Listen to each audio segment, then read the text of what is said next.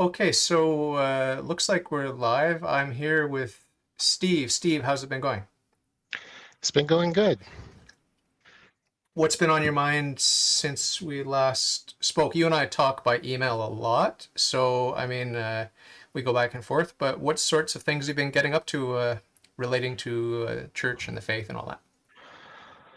Well, I try to keep active with the works of mercy, help the needy, those kind of things. Wow, I need help with that because I'm reading the Catechism Explained. It was recommended by Father Ripperger. Ripperger?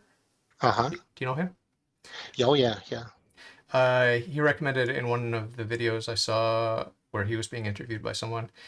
And it's a book from the Victorian era, late 1800s, I believe. And it just goes through step by step the Catechism of the Council of Trent. What's the name of that catechism? Do you remember? The, I've got a copy here somewhere. The Catechism of Trent. Is that what they call it? I I think so. And they say it's the only one that has been ordained by a pope, or Ordained? not ordained, but sanctioned by a pope. Ah, oh, really? Yeah, so I don't know the theology, but that is potentially infallible. Um, Oh, wow. That's exciting.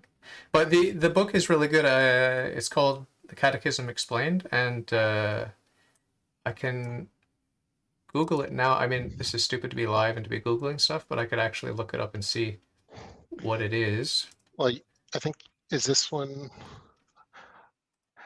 I haven't cracked mine That's open it. yet. Yeah, Who's the author? I Francis Spirago. That's it. Yeah. How many With a pages is it? it is about 760 something. Okay. I'm 61% into it. Wow, do you recommend it? Oh yeah, yeah, yeah, yeah, yeah, yeah, yeah, yeah, yeah, yeah, yeah.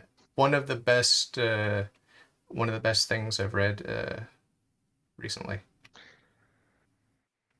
Well, I So admire you your bought it? ability to read that. Yeah, my reading list is longer than my podcast list. I tend to like go on walks and listen to podcasts before I get to my books. It's easier, more pleasant. Yeah. Yeah. But yeah, I highly recommend it. But anyway, the point is that the works of mercy, spiritual and corporeal Corporal. Yeah, I guess that means of the world, of the the body. material things. Yeah, corporal. Yeah. So that and the virtues, these are the things that he's drilling home, and it's having a similar impact on me that the Philokalia had on me in terms of like if you're going to be a Christian, you actually have to walk the walk and not just talk the talk and read the books, you know? So it had a big impact on me. And so now I'm just thinking like how can I start actually behaving like a Christian and doing stuff? Yeah, I think it's a challenge in the developed world, especially Canada is pretty well developed. It's hard to find needy people that aren't gonna, unless they're. I meet a lot of people at cathedrals. They might want $5 to go around the corner to the liquor store. And Mm-hmm. I That's think the easy. book of Sirach says something about that. You shouldn't give alms if you know it's going towards a bad purpose. So Yeah, it's not. that book says the same thing. Oh, cool. So yeah, I mean I'm trying to bear in mind the sort of principle of acting locally and within your station, like within the ordinary day-to-day duties that you have, like being diligent at work, for example.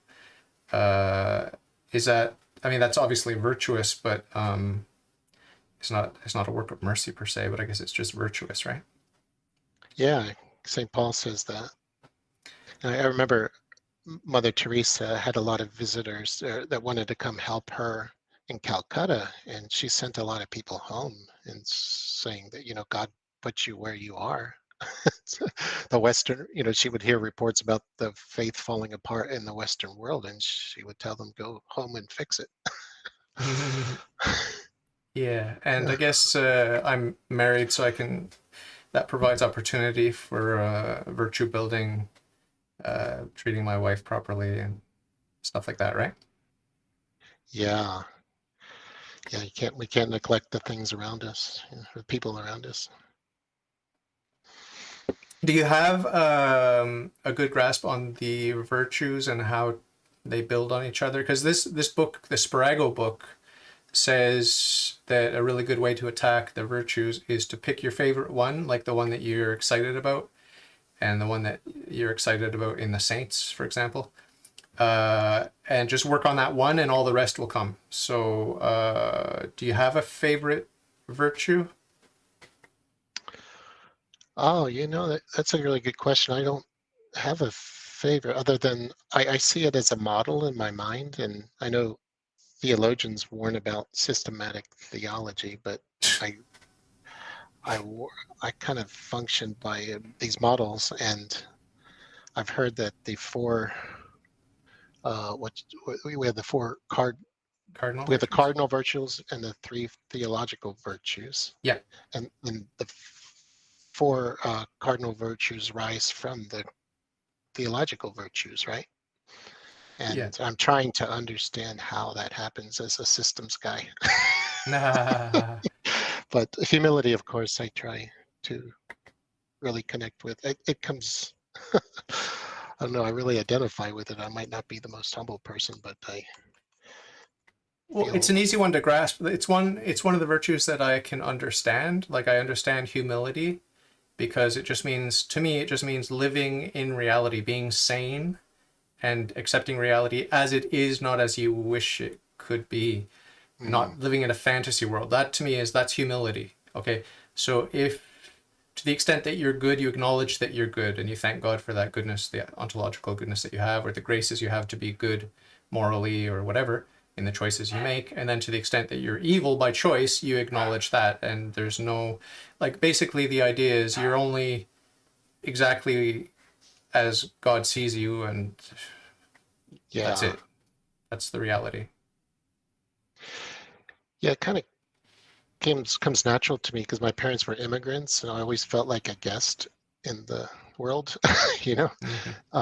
that I'm not entitled to anything, and everything good has been done by somebody else here. So I feel connected to it in that way. And the theological virtues of faith, hope, and charity, I understand them through like an athlete who, or if you ever heard anybody that's achieved some amazing thing, you ask them, well, how in the world did you do that? They'll say, well, I believed in myself. I believed it could happen. That's faith. So I understand it in a practical way that faith, hope, and charity are necessary to live and achieve things. And I don't know if this is theologically sound, but I believe God might live and survive forever by these virtues.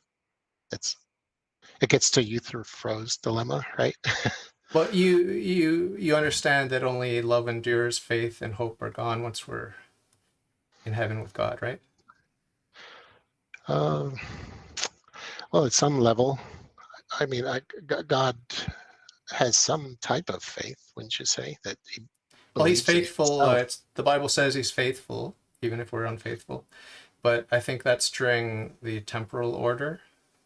In Hmm. eternity, I mean, he loves himself, but he's, I guess, faithful. The persons of the Trinity are faithful amongst themselves, I suppose. I just got a live chat from Rob Joe saying, humility, in my mind, is recognizing everything wrong with you is your fault and everything good about you is because of God. That's exactly how I see it. I take all of the blame, none of the credit. This is certainly emphasized in the Louis de Montfort consecration to Jesus through the Immaculate Heart of Mary. I renew those vows every day. Yeah, And it's like I get all of the blame and none of the credit, and I wouldn't have it any other way. So I think that is the crux and the heart of humility. Do you agree, Steve? oh yeah, yeah. And as I don't know if you like my practical additions to understanding this, but as a systems person who builds computer systems and software, AI and things, it's very obvious to me that God, as an internal being, would know the best possible step for each person at each moment. So the best possible thing that we could do is to follow God's will. Any deviation from that is, by definition, not the optimal, or it's in error, or Yeah, potentially in error, which, as Jesus prayed, thy will be done. So I don't mean to belittle it, but just put it makes sense in practical terms to me as a systems person that maybe I spend too much time with computers, but it makes sense to me too that way. for sure. I agree 100%. I don't think there's any contradiction there. Your sentiment and Rob Joe's. Another one of the virtues that I understand, and when I say understand, doesn't mean I practice them, but I understand. One of the virtues I understand is, well, a couple of them. I understand prudence to a certain extent, like just having judgment. I'm not good at that one. Um, I understand temperance and fortitude. Like temperance is don't don't be out of control with your appetites for the good stuff and the pleasures, and fortitude is don't be a coward and back away from painful stuff, sacrifice. So temperance and fortitude, I understand those, and I think I've decided that fortitude is going to be my favorite virtue. I'm going to work on that one because I really want to learn to enjoy suffering. That's the most exciting thing for me, is to be able to have joy in the midst of suffering, like the martyrs had, and all of the saints. Really, they all suffered, to greater or lesser extent, but they all had joy in their suffering. So I'm a real wimp and a coward, and I need to work on my fortitude, but I'm very excited about it because can you imagine if every opportunity to suffer was an opportunity for deep, transcendent joy? That would be something Yes, else. That would be something else. yes, It's the yeah, most exciting virtue for me, is fortitude. yeah. I should study up on it some more. There's dimensions to it, right? That the Catechism goes into, and For sure. how one complements another, or how it contrasts a vice, right? Like Yeah. sloth. Is sloth the opposite? Uh, no, I think cowardice would be the opposite of fortitude. Cowardice? Is that a word? I mean, is that a Yeah. vice? Is that a vice? Oh, I think there are two ways. I think there are two ways to stray from any virtue. I think you can go, for example, with hope, the virtue of hope, you can go into presumption or despair. I think there are always two ways to fall. There's only one way to walk the straight and narrow path, but there are two ways to fall. And this is the hmm, golden mean, like that the classical philosophers talked about, like the ancient Greeks. They knew about this golden mean in between the extremes, yeah. which are always bad, right? So with the theological virtue of hope, you have despair, which is vicious, and presumption, which is vicious, and they're both sinful too. Do you have a map of this? I've been trying to sketch something out, and because I couldn't find one. Right now, you're mapping it out. Well, I have a working draft I've been trying to sketch out, Oh, okay. but I don't have but a map of it now. you're describing what I'm trying to fill in. Yeah, well, this is well established stuff, like I said, with the ancient Greeks. So this shouldn't be hard to discover, right? Yeah, I've heard there's some priests that counsel people in reconciliation with this way, like, oh, you're struggling with X, you should try to focus on Y. And those priests are few and far between, but I wish Well, I had one. if you have anger issues, like an unrighteous anger that would stem from pride, does that make sense? Yeah, yeah. Or it might Well, stem from something else. pride is the root of all the sins, isn't it? I guess so. And so that makes humility pretty important because uh, pride is the counterpoint, or the bad side of the The lack of cure. humility.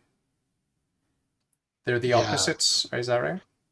Humility and I pride. think, yes, I've seen it written that way. I think from Aquinas, one mitigates the other. Yeah. But if there are two ways to be, okay, if there are two ways to fall into error on either side of humility, maybe one way is pride, but maybe the other way is just not giving yourself enough credit that you are good by nature because you're a creature of God. So you just think you're a completely worthless piece of crap. Yes. Yeah. That's another form of despair. That's the golden mean, right? Yeah. That Aristotle referred to. I want to have that on my map somehow. Yeah. How many pages is your document now? I want a one-page map that Oh, illustrates this like a dial, or maybe a dials within dials. Um, wheels within wheels. yeah, maybe think about it if you get to it Yeah. before I do. Yeah. I've taught catechism to kids, and they get these ideas with the virtues and vices, and I wanted to illustrate it to them, and I couldn't. With Uh, especially the part of the golden mean, one it's of hard. the, one of the virtues this guy talks about Sparago in his book. I hope I'm pronouncing his name properly. I think it might be Father Sparago. Is that correct? Yes, Um, he talks about liberality. I hadn't heard that as a virtue before. Do you know what liberality is? Is that just being generous and giving? Because he contrasts it with being avaricious. I don't know what he means by liberality. Libertine was a bad word in France for a while. It's kind of the root of libertarian, free from A sort of God's authority. licentiousness. Well, at the time, I think it was conjoined with like rejection of God, the libertines of Oh, France. Yeah. okay. So, in terms of works and virtues, do you think that, because I tend to focus for the first 11 years of my life as a Catholic, I've been focusing on prayer and the sacraments, prayer and the sacraments, prayer and the sacraments, prayer and the sacraments. And of course, that involves faith, hope, and love and all that. And it's going to involve other virtues, I would imagine. But it's not directly building up my life of virtue and holiness. Well, it's building up my life of holiness, but it's not perfecting me in all the ways I need to be perfected to go to heaven. Is that right? I'm missing out on some practical application, forming good habits and these sorts of things. Even though it's a good habit to pray and go to frequent the sacraments, the impression I'm getting from reading this is that I should be working on myself in a way that is more hands-on, less abstract. Would you agree with that, or am I being paranoid and scrupulous? Well, I think there's a place for both.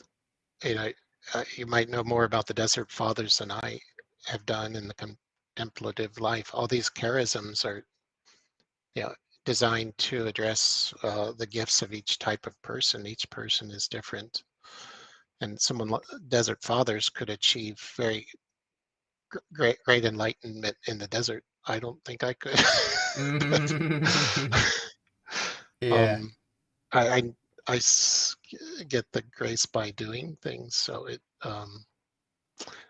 but you look at somebody like Mother Teresa, I heard she was withheld the joy Mhm. of charity while she was doing it.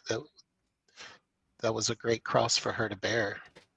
Yeah. Um, so I think each person is different. I wouldn't try to Yeah. make a uniform formula. Even though you like your formulas. Yeah, exactly. Well, my formulas can have variations for people. That's part of the Of formula. course. Contingency plans. Yeah. Well, when you think about what it is to be a Catholic, like if I were to say to you, emphasis, a lot of emphasis must fall on prayer and the sacraments, would you automatically think, well, wait a minute, don't forget about the works of mercy and the virtues, or would that not occur to you? Because this is sort of what I'm sort of starting to think that my emphasis is going to broaden to prayer, the sacraments, works of mercy, and the virtues. Does that ring a bell I, with you? I,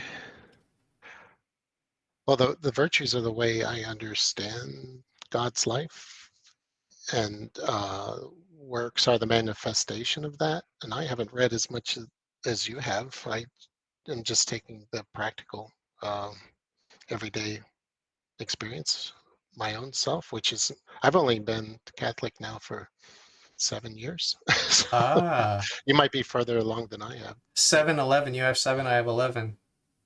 But Yeah. do you meditate on the gifts and fruits of the Holy Spirit? Are you at least familiar with the 7 and the 12? The 7, not the 12. So there are 7 gifts and 12 fruits. Oh yeah, I have a printout of that somewhere. And what I'm starting to wonder about now is how do they fit in with the virtues and what else is in there that's not specifically what that we can't directly correlate to one of the virtues. I'm just sort of starting to think about that. Have you thought about that, or do you place emphasis on the 7 gifts and the 12 fruits in your meditations? Sort of. I've here next to my computer. I have printout of First Thessalonians 5, where Paul says, um, "Be at peace amongst yourselves. We exhort you to admonish the idle, encourage the faint-hearted, help the weak, be patient with them all, and see none of you repays evil for evil." And it goes on with what Christ Jesus wills for you. So that's kind of a little life plan, I think, right there in First Thessalonians 5:14. It starts. I tell you, I'm so busy with work and family and stuff. I don't really have time to get into the theology maybe as deeply as you have. Yeah, yeah, yeah. Kind of practical. Yeah, yeah, yeah. Well, the one thing that we can talk about for sure is atheism, because this guy, Father Sparago, was saying that none of the natural virtues will benefit the unbelieving, the godless. So, although they do have the ability to practice natural virtues, because they lack the theological virtues, Mm, they don't get merit. They don't merit heaven, and they won't even merit uh, recompense here below, here on earth. yeah. So it's a dark, dark picture that Father Sparago paints, and I'm sure he's just echoing what the church teaches.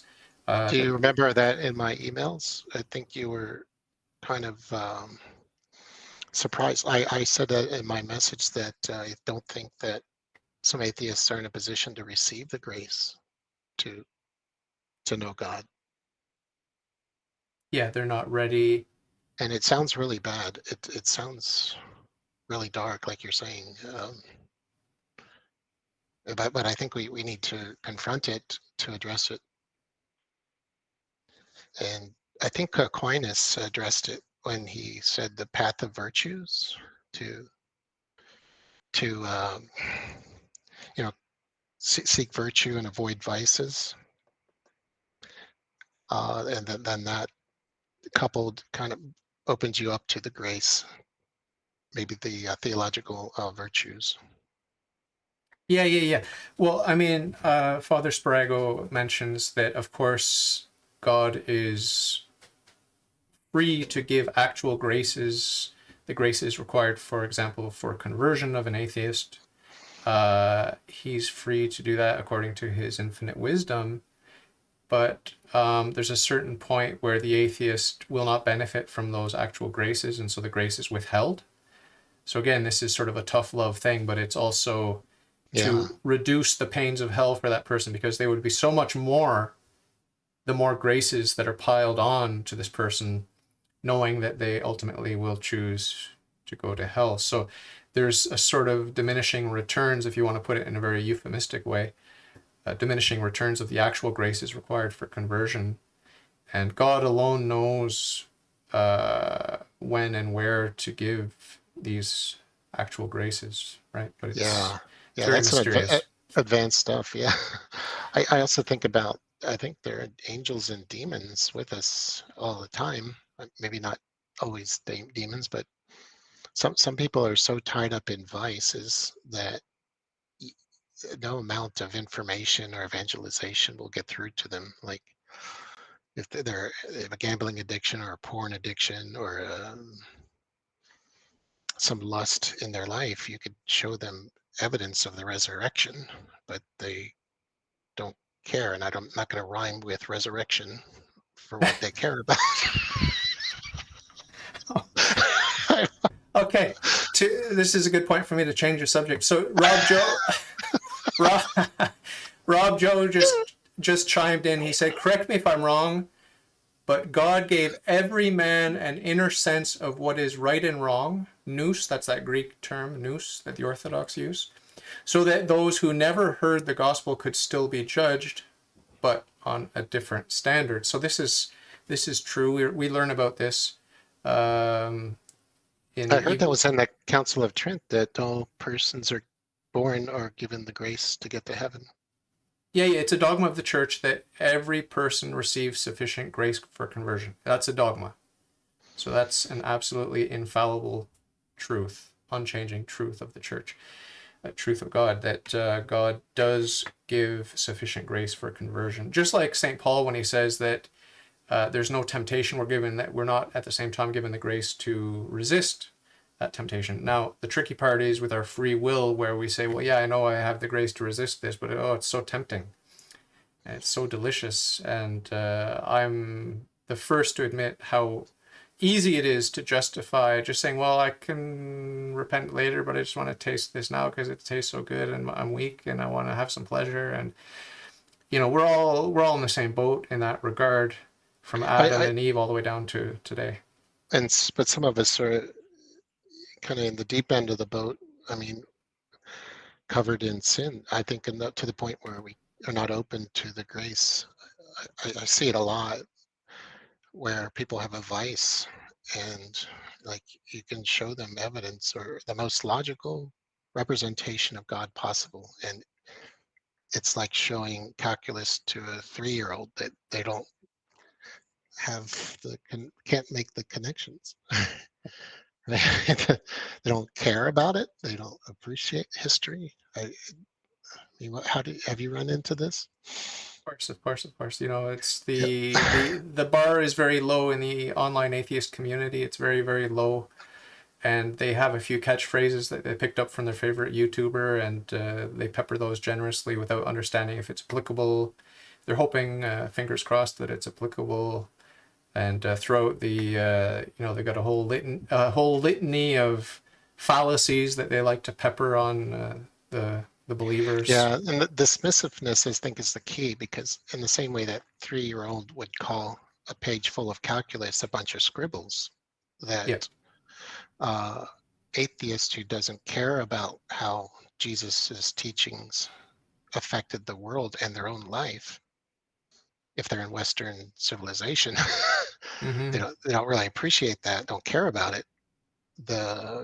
His teachings are a bunch of scribbles to them. They're like, who cares? I can dismiss that. It's right. Mm-hmm. If you don't have that virtue, humility, and appreciation.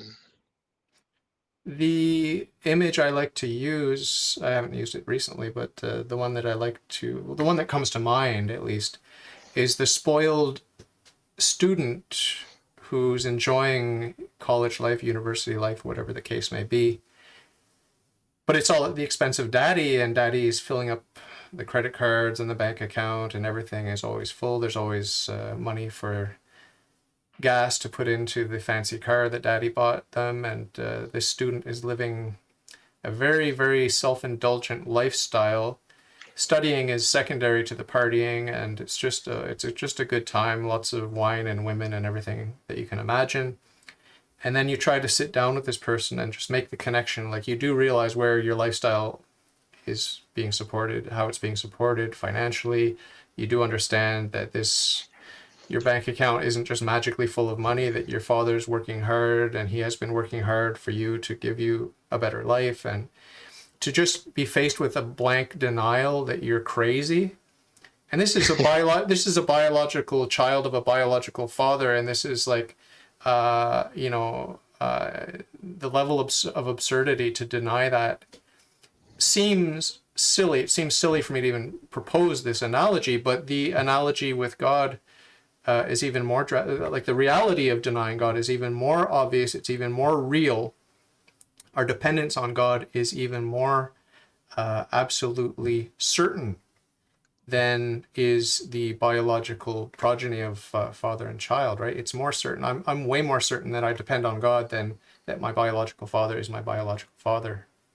Oh yeah, so it's true. And in that light, difficulties in life make sense to me. When someone has it too good, it really kind of blocks their view of things, which is the story of Adam and Eve, right? They were in the garden, no problems, no difficulties. Kind of blew off God at that point. And so I see it a lot in my life where people have had an illness or a tragedy. They wait for a tragedy to happen before they start appreciating life. And I'm very fortunate. I was the same way. I didn't appreciate things, and I saw some tragedies in my friends and family, and I kind of that really helped wake me up. And I didn't have to learn it the hard way or through Mm-hmm. myself. Directly, right? Yeah, directly. You're smart. Well, yeah, I was fortunate that way. It's a lesson. But do you see that where sometimes people get a diagnosis, maybe cancer or something, and then they would start waking up and going to church, I've never reading the seen Bible? that. I've never ever seen that. But my circle is um, the hardened atheists that you mentioned earlier that just are indulging in their lifestyle, and some of these lifestyles are dramatically sinful, like swingers clubs and stuff like that. Promiscuous homosexuality, like I mean, drug dealers, drug addicts. I mean, this is my milieu, or it was. I mean, now I'm alienated from most of those people since my conversion. Um, but that's sort of the Canada in general, and Montreal, Quebec in particular, very left-leaning liberal places where there's a lot of emphasis on pleasure and indulgence in uh, the individual's will.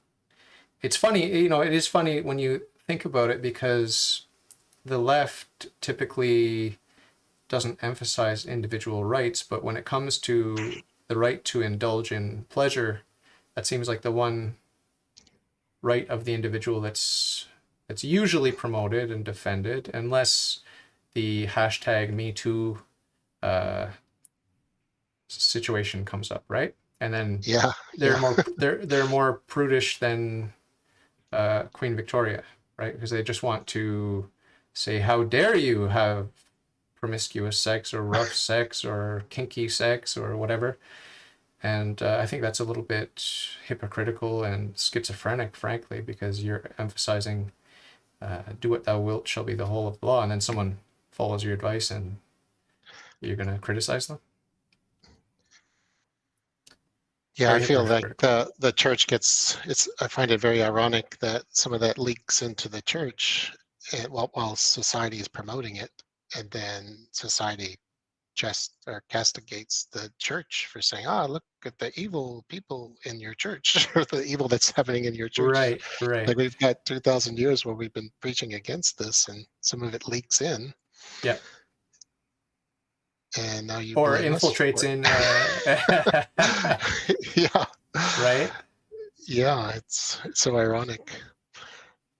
Well, Yeah. I'm glad. It sounds like you've kind of de-emphasized naturalistic arguments to atheists because of this prevalence of sin. You see, sin is the primary issue, not arguments from cosmology, biology. Yeah, yeah, yeah. My bottom line with the atheist is that it's not primarily an intellectual problem. It's a volitional problem, meaning that it's a problem of the will. What do they love? And if you love yourself and the world and frankly the devil, then we need to remedy that first before you can have the intellectual clarity to think about things like free will, reason, science, the things that they claim to love, most of them. Well, there's a significant chunk now that's denying that we have free will, but they still cling to the fact that their reasoning is brilliant, and it can only be meritorious reasoning if it's free reasoning. So they're grounded before they even hit the ignition there. Yeah. So I think we had talked about this back and forth in email about the best way to evangelize towards atheists since we were both on that side. Well, this circles back to the beginning of our conversation. The best way to evangelize is not with words, but with the theological virtues, the cardinal virtues, all the perfect virtues, and with the example, like being a saint and just having that energy that is transformative. Like a saint walks into a room and a lot of people are converted, right? Not everyone, but Yeah. Yeah, it's funny. With me, before I was a believer, I wanted to do charity and good works and looked into secular humanism and things. I tried to do charities, and I was kind of getting pissed off at Christians. I was like, damn, they're a lot better at this than I am. Those bastards. I'm going to show them. And I think it kicks in a competitive streak, that we'll show them what we'll do better than them. have you I, read? Sorry, go ahead. I met the guys from Matt Dillahunty's group there in Austin, Austin Atheists, and Atheist Experience? yeah, the Atheist Experience. It was near where I used to work, and the, those guys would they hold themselves up to doing community service. They have an outreach group for that kind of thing. So they kind of have a counter in that way, like we're virtuous too, but it's in things that we wouldn't approve of sometimes. Of course, Yeah, promoting reproductive rights. yeah. You know, There happens to be an abortion clinic around the corner. how Yeah, convenient. yeah. Have you read the second most popular Christian book of all time? Summa Theologica or No, Thomas Merton? The Imitation of Christ. No, I haven't. You haven't read it? No. He says it's very touching. It moved me. It's a very powerful book. Many gems in there, but one thing that sticks out often in the context of Christian versus secular is and my own laziness when it comes to virtue and works of mercy. He said that, to his own shame, he said that the secular people are working harder for death than we Christians are for life, and he put Oh, himself yeah, right in there with the Christians. That there's a certain enthusiasm, there's a fire in the belly of a lot of these atheists where they're just driven. They sleep, they deprive themselves of sleep, they deprive yeah, themselves of many things that you and I are yeah, so eager to indulge in, and we're so complacent in our Christianity. And it's true, I feel like there's a certain freedom we have in Christ, and that freedom can lend itself to complacency. I don't know if you felt that, but I feel that, and in the Imitation of Christ, he emphasizes that. yeah. I was just thinking about that in terms to the answer that they'll say towards nihilism. If you realize, our physical state is doomed, right? We're going to die, or the sun's going to die, or the universe is going to die.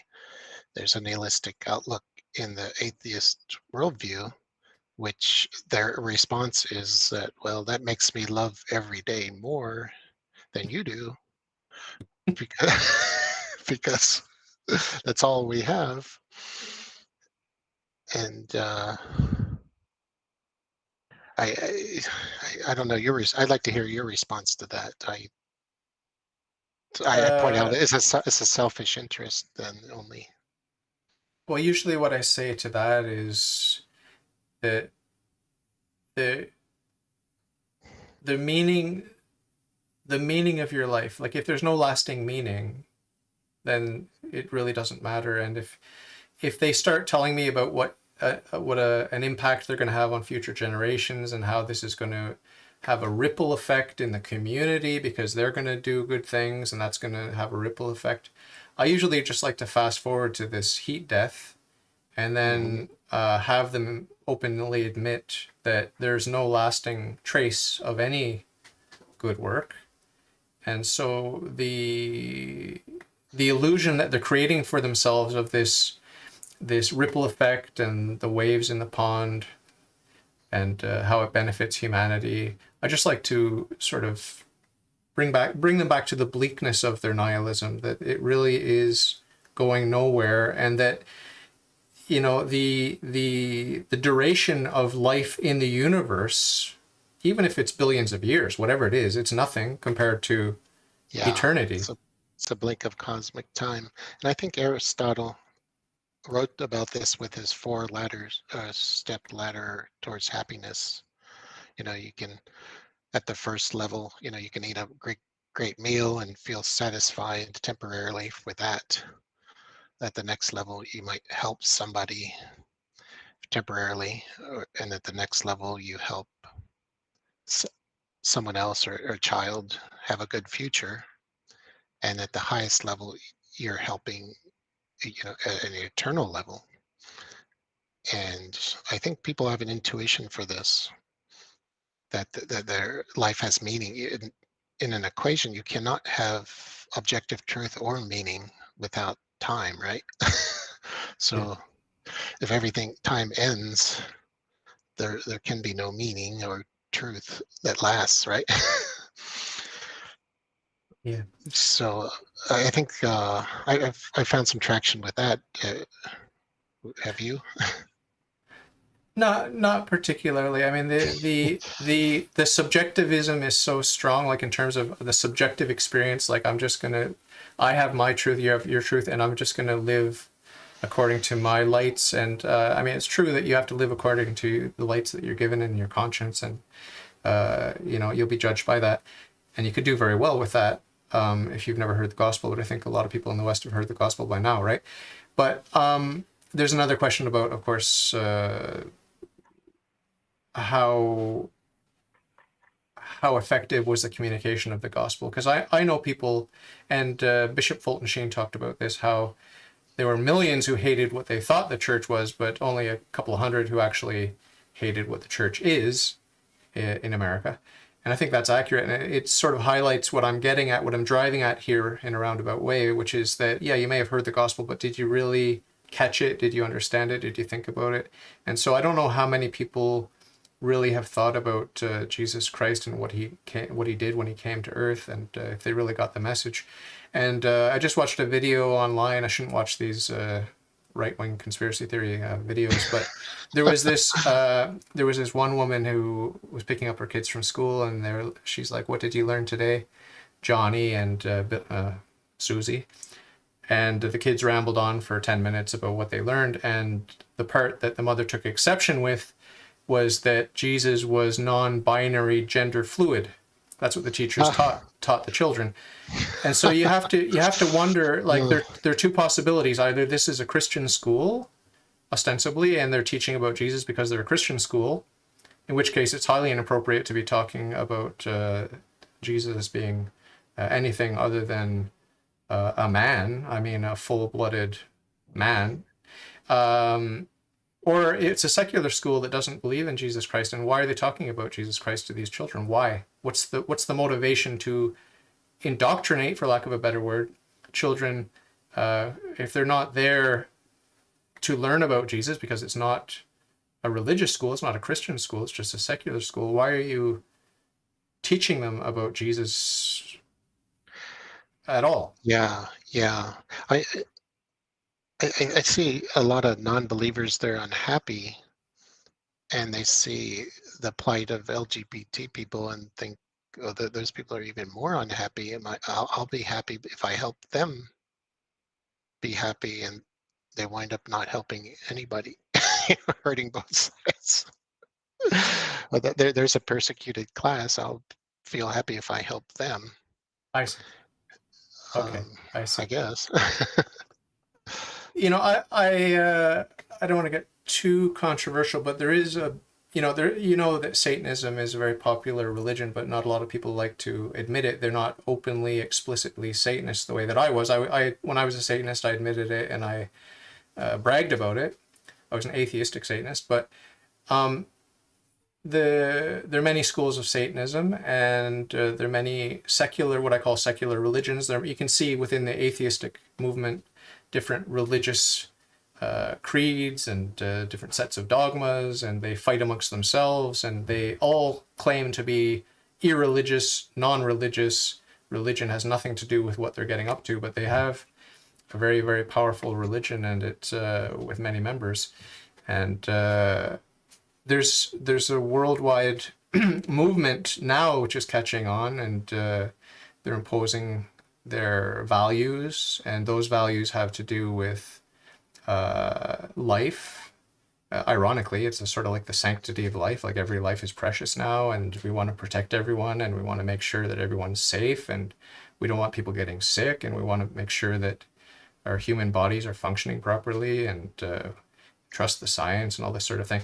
I really do see it as a religious movement, and I can guarantee you that if every time I flipped on the radio, the TV, or the internet, someone was there preaching my religion, Catholicism, the way they're preaching this satanic secular religion, I would leave the Catholic Church. Like if everyone was preaching, we have to go to the sacraments, we have to go. Have you been to confession? Have you been to confession? And they're checking my emails and deleting anything I say that doesn't fit Social with their media. worldview. Yeah. Yeah. Like, I mean, that's the fastest way to get me to leave my religion is if it started to behave the way this current Oh, yeah. maniacal religion is propagating itself. Yeah, that's pretty scary. That's a little different than, well, the Satanism that I'm aware of. I go on Reddit sometimes just to read the Satanism groups. And it's really quite sad. You see the little vignettes of the people there. They've been really hard lives. I don't. Sometimes you'll see a background of their home where they're at. It's really a bad situation. I get the sense that they've been really stepped on in life. Yeah, And, and those are the losers who cling to a very unsophisticated form of Satanism. But there's a more sophisticated class that has their yeah, secular religion nuanced, and these are the ones that are working harder for death than we are for life. It's not the little broken, wounded losers that associate with a well, lowbrow Satanism, which is sort of one step up from oh, cosplay, where you've got the devil with his horns, and I've literally seen Satanists who are indulging these sorts of images, like the sort of classical well, images of the devil with the horns and this and that. here's something controversial. John Paul II said there was threads of truth in all religions, right? And Yeah, I actually believe that. yeah, It's twisted with evil, but there's threads in there. And even with LaVeyan Satanism, I see people trying to restore their self-esteem. They they've been destroyed. That they're nothing. yeah, They don't count. Their life is to service somebody else. yeah. And you see that really strongly in what LaVey wrote. He's like, well, no, you are important. You are your own thing. You have the rights to assert yourself. He's kind of doing it in the wrong way, but there is a truth there. Would you say that, Yeah, yeah, you yeah, are a child of God, and you have the right to be in heaven? yeah. And I feel like they're latching onto some of these little truths, but in a really twisted way, of course.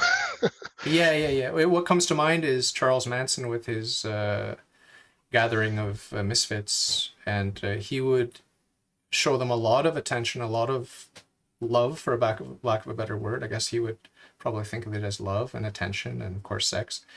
Um, but there was this thing about confronting the woundedness. So you were abused as a child, so we're going to go deeper into that, and we're going to confront all the things that disgust you, that horrify you.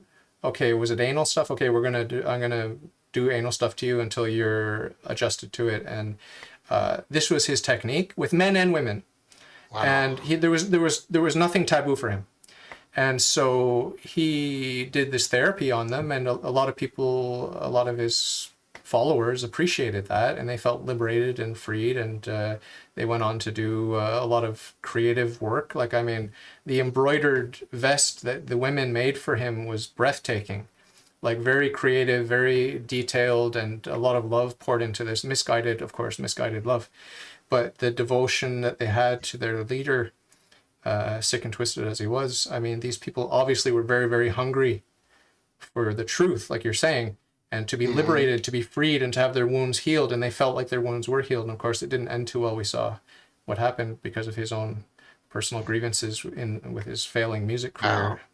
But very, very, it's always deep. It's always very deep. If you examine any of these Satanists that are household names, Aleister Crowley comes to mind, of course.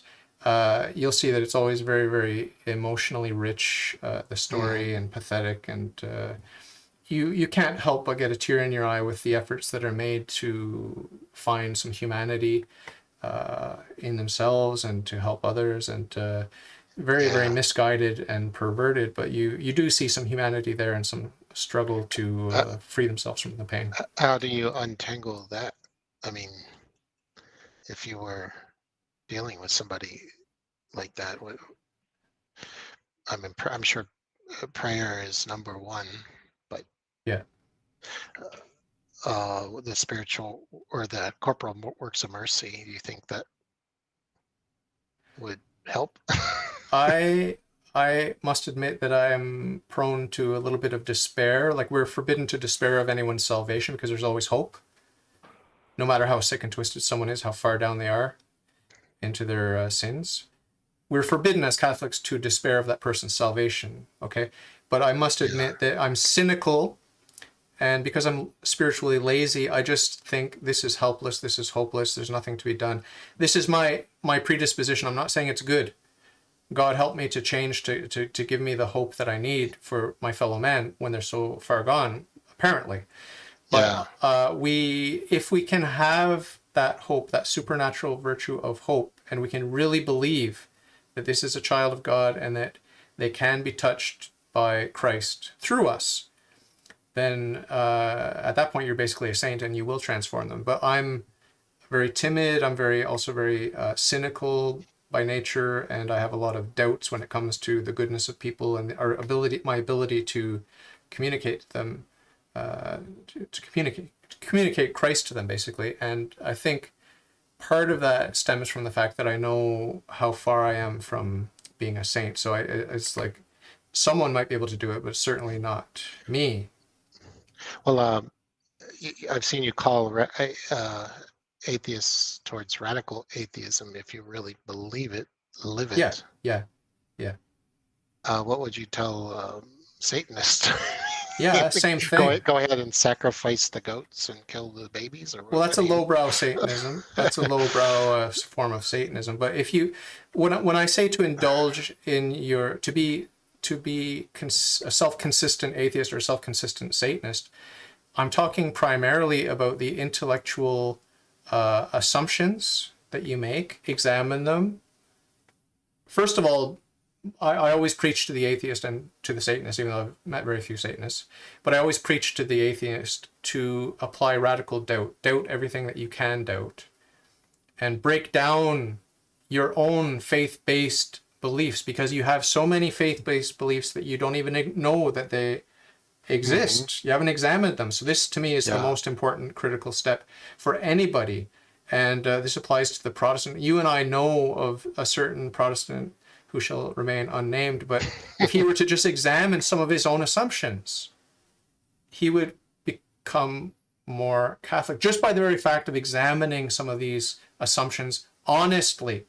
Any Protestant that examines his assumptions honestly and sincerely Yeah.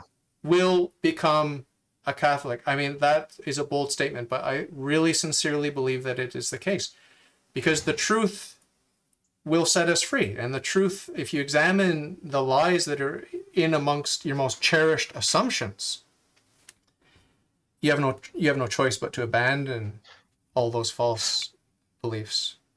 It's the same with the atheist. So that's why I would encourage everyone to examine their most cherished fundamental assumptions. Yeah, amen, amen. The Even the pictures, Catholic, even the Catholic. yes, and the I wish pictures are Biden. in your head. I wish. I wish Biden and Trudeau would examine their assumptions about about their worldview. I really wish they would examine them because it would only help them to be stronger Catholics. Do you agree? Yeah, I kind of am in admiration at our adversary, at how clever the traps are and the dead ends.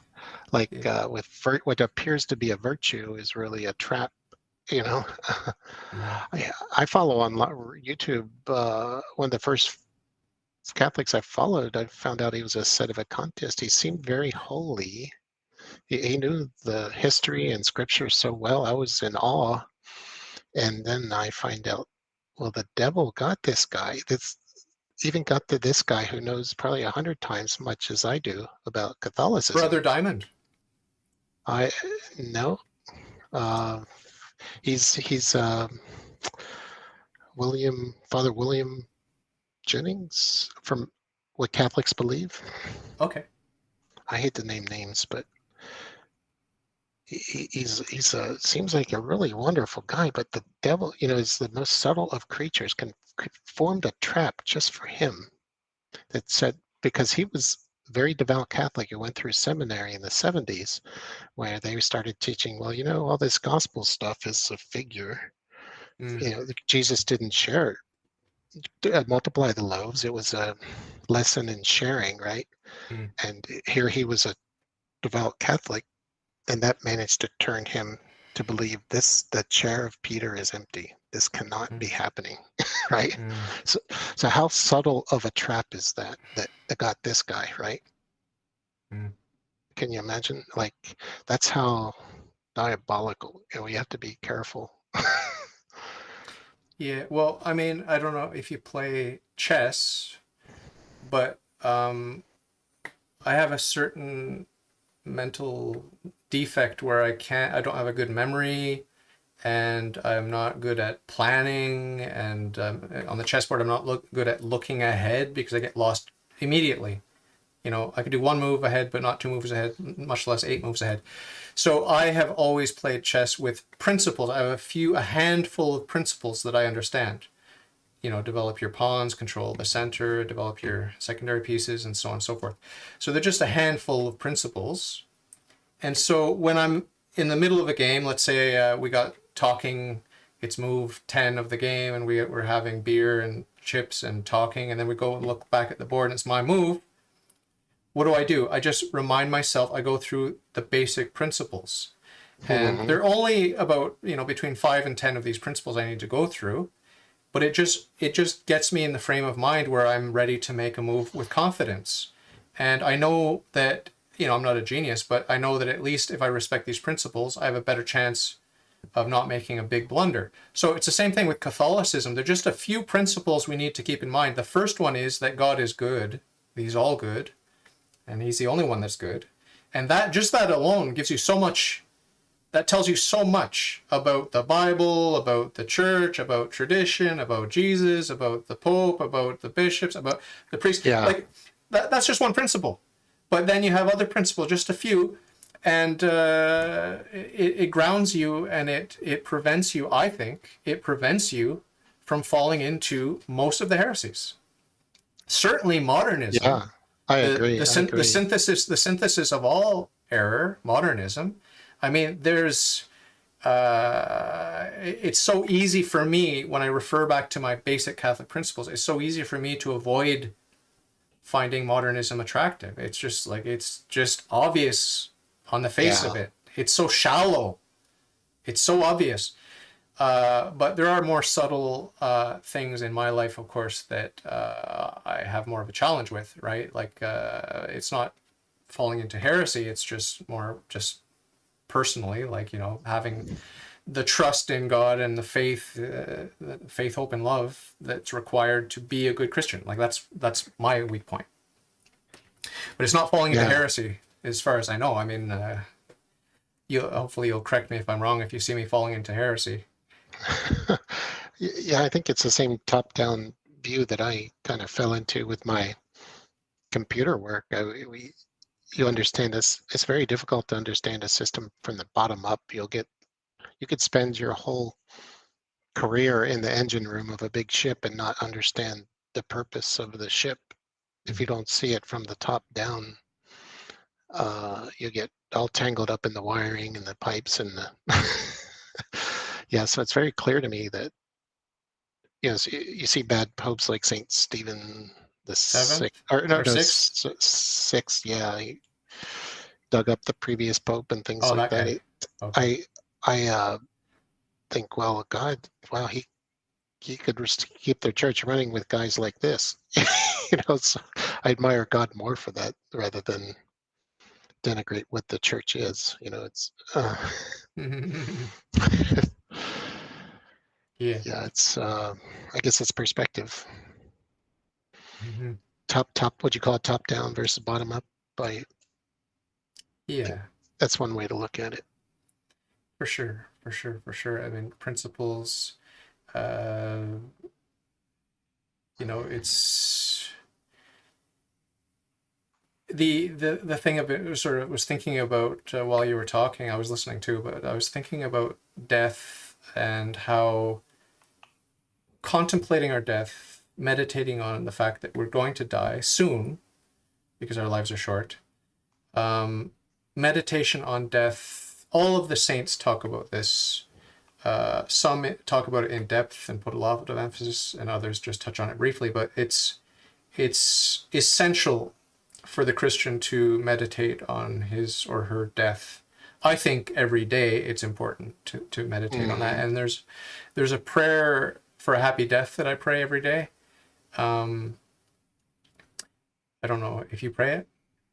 Prayer for a happy death. Oh, I did a prayer to Saint Joseph for not a happy death. There's another name for it, but I'm not afraid to have any kind of death. Whatever serves God the best is the death I pray for.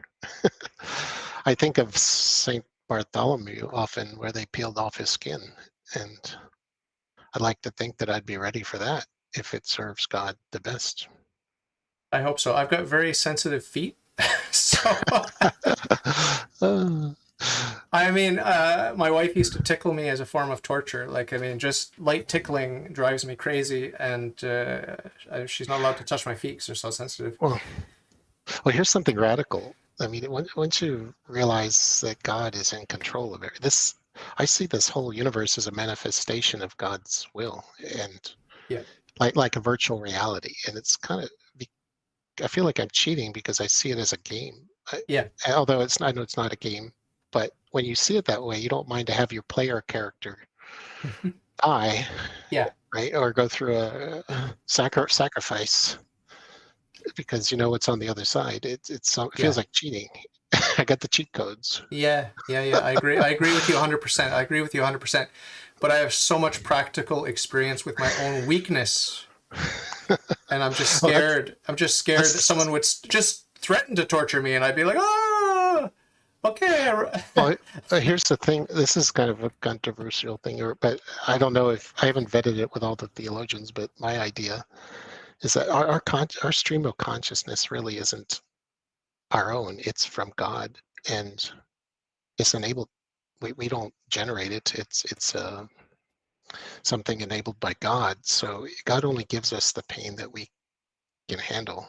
Okay. I think some people see animals in nature getting killed or eaten, and they wonder how can God allow this. But I think those animals don't feel it. I don't mean to sound cruel, but I had a case one time where I had frostbite. All my toenails fell off, Ooh, and that pain was driving me crazy until I took a step back and kind of cleared my head, and I realized this pain is in my mind. I'm still here.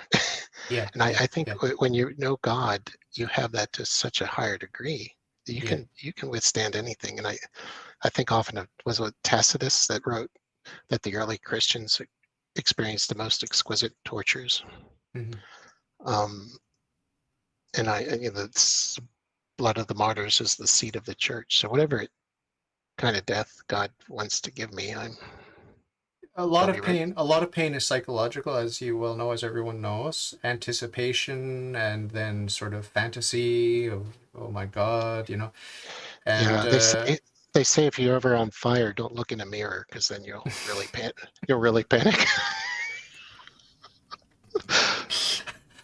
oh yeah, yeah.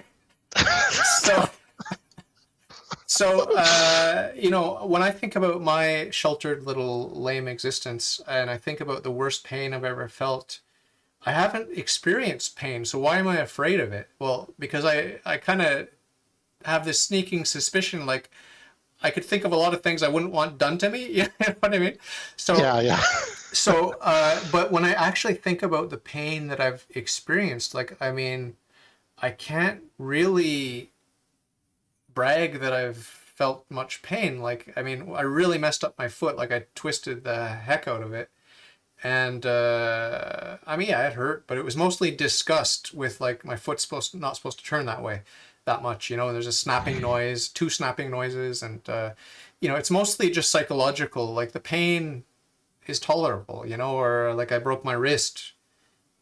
You know, it's again just psychological. Like what's going on? Why is my arm blue? Like why is it all green up to the elbow? And these sorts of things.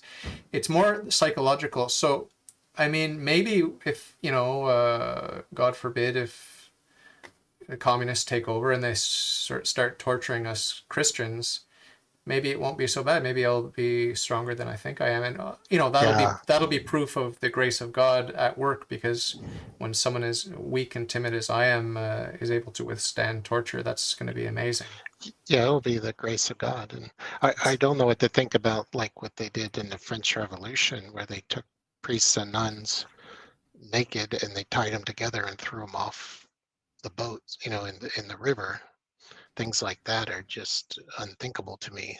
They were designed so that you would commit a sin before you died. It's Right. especially cruel. And Yeah. Sick, sick, sick. yeah, it shows the devil at work. I trust that God was, you know, knew what was going on.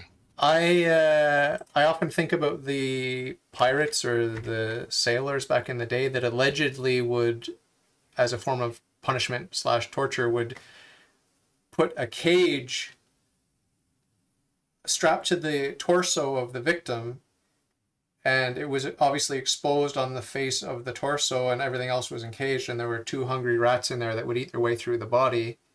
I Yeah, often think of that as a sort of disgusting form of torture that I would not be too comfortable experiencing.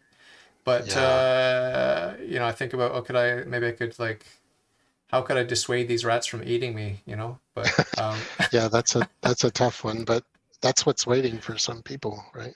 Their mm, worst fears. And I do think of heaven and hell every day. I think it's important to have that mm, balance. And I think Jesus told Saint Vincent Ferrer that if he didn't preach the four last things, mm. if he preached anything but the four last things, he would end the world. Oh my God, And that's so I take that dramatic. to heart. Yeah, What a burden of I, responsibility. He's the greatest miracle worker of all time, according to some. at least since the apostles, he's the greatest evangelist since the apostles. Amazing. I The just got. angel, So go ahead. the angel of the apocalypse. He called himself that. There's an angel named in a book of Apocalypse at the end, and he said that's me. Oh, And some people didn't believe him, and he saw a procession of people going to a cemetery, and he said, "Bring her over," and he had the corpse stand up or get up out of the. They opened the casket, and he wow, asked the lady, "Tell them who I am," and he said, "You wow, you are the angel of the apocalypse." wow. Yes. Good party trick. Yeah, yeah. So Everybody, he converted entire synagogues. wow. My good friend Nicola Krisick says, "Praise be to Jesus Christ. God bless you both." Thank you very much, my brother. Oh, Rob Joe says, "I find the idea of the stream of consciousness coming from God troubling, since many of the saints talk about how a lot of our thoughts actually come from demons." Good point.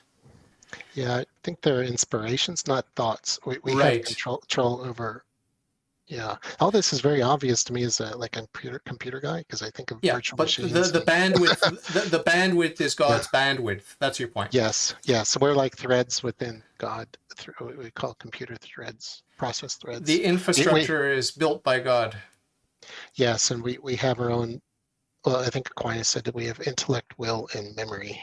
So Yeah. we form our desires with the will. We can build our own memory bank, and we have Mm, intellect to rationalize things. But yeah. all those are enabled by God. Mm. So with So when it my comes to feeling pain, I think God can throttle that for us. right, of course, of course. Nicola Krisick says we could think about the pain of a millstone tied around the neck and thrown into the sea for those that dare to harm any little ones. That's true. That's Yeah, uh, that's better than what they're gonna get. So yeah, think about that. yeah. I've been thinking about how hell has been described over the centuries, and it really makes sense if Saint Don Bosco said that God gives visions of in ways we can understand something much more deep, and I understand it as kind of the reverse of our being. Hell is, we were made to have pleasure and all this beauty and sound and senses. And if you reverse all that, Mm. that's kind of what hell is. Yeah, the lack of every good. Or Rob Joe reverse, says, sorry. the reverse even. Yeah, It's yeah. Rob Joe says Saint John Climacus or Climascus. Climacus, I think it's Climacus. Oh, yeah. Says anyone disturbed by the spirit of blasphemy and wishing to be rid of it should bear in mind that thoughts of this type do not originate in his own soul, but are caused by that unclean devil who once said to the Lord, I will give you all this if only you fall down and adore me. Matthew 4:9. So that's an example of a saint, a great saint, saying that these thoughts come from the devil. And it's true that we have good inspirations and bad inspirations, like you said. The good inspirations come from God and His angels and saints, and the bad inspirations come from Satan and his demons, and possibly from our own memories that we Yes, yes. willfully put in. Like I'm worried about at the moment of death, like all the porn that I watched as a young adult coming back and haunting me, and I want to be spared You can that torture, but I just pray for the mercy of God, because that's and I don't and think God people God realize can how. take that from you. God can take those Yeah, from you too. And please let yeah, me forget it. yeah. I think another saint had asked Jesus, "What was my worst sin, so that I might confess it?" And Ah, the answer came back, "I've already forgotten it." he's got God's got Alzheimer's or what? I'm just joking. Oh, well, he said sins would be forgotten. Well, at least he would not Forgive remember and them back to you. forget. Forgive and Yeah, forget.